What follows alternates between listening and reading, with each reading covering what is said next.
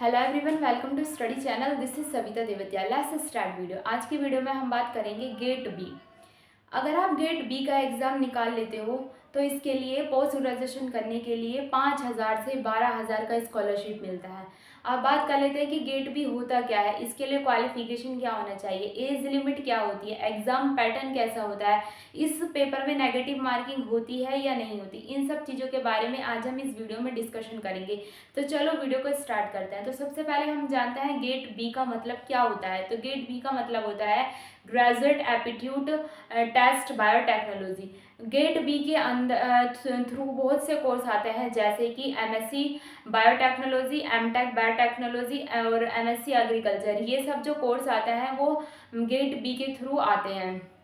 अब इनमें स्कॉलरशिप कितनी कितनी होती है इन कोर्स करने के लिए, इनमें स्कॉलरशिप हमें कितनी कितनी प्रोवाइड होती है। जो एमएससी बायोटेक्नोलॉजी होता है उसमें आपको 5,000 स्कॉलरशिप मिलती है, और जो एमएससी एमटेक बायोटेक्नोलॉजी होता है उसमें आपको 12,000 स्कॉलरशिप मिलती है, और जो एमएससी एग्रीकल्चर से जो होता है उसमें भी आपको 12,000 स्कॉलरशिप मिलती है।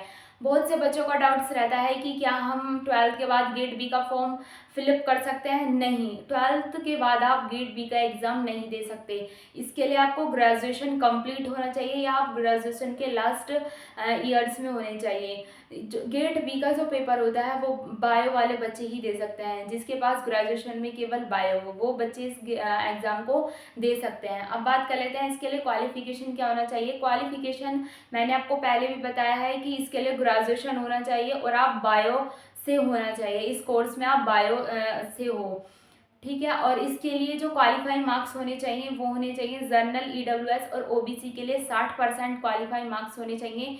जो एससी और एसटी और पीडब्ल्यूडी वाले कैंडिडेट होते हैं उनके लिए 55 मार्क्स क्वालिफाई होने चाहिए, तभी आप इसका एग्ज़ाम दे सकते हैं, नहीं तो आप इसका एग्ज़ाम नहीं दे सकते। एज लिमिट की बात कर लेते हैं। तो इसमें एज लिमिट होती है जर्नल और ईडब्ल्यूएस के लिए तो मैक्सिमम एज लिमिट जो होती है वो 28 ईयर्स होती है, ओबीसी के लिए 31 ईयर्स होती है, और जो एससी और एसटी और पीडब्ल्यूडी वाले कैंडिडेट होते हैं उनके लिए 33 ईयर्स होती है।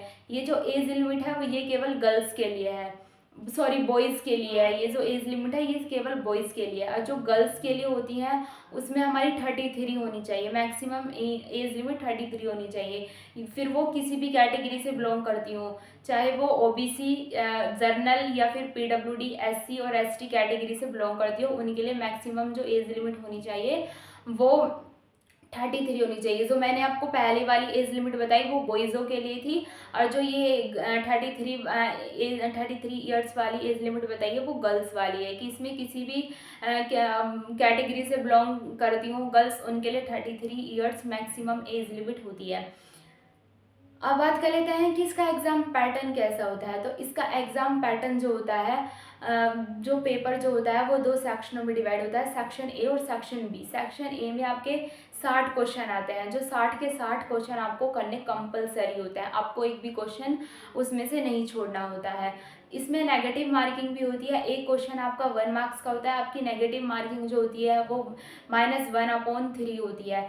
सेक्शन बी जो होता है उसमें से 100 यानी कि 100 क्वेश्चन आते हैं, उसमें से आपको 60 क्वेश्चन करने होते हैं। कोई से भी 60 क्वेश्चन करो, आपकी मर्जी है कि आप कौन से 60 क्वेश्चन करने चाहिए। उसमें भी नेगेटिव मार्किंग होती है, एक क्वेश्चन आपका 3 नंबर का होता है और नेगेटिव मार्किंग आपकी 1 नंबर की होती है। जो सेक्शन ए होता है वो 11th और 12th के बेस पर आता है, और जो सेक्शन बी होता है वो ग्रेजुएशन के लेवल पर उसमें से क्वेश्चन पूछे जाते हैं।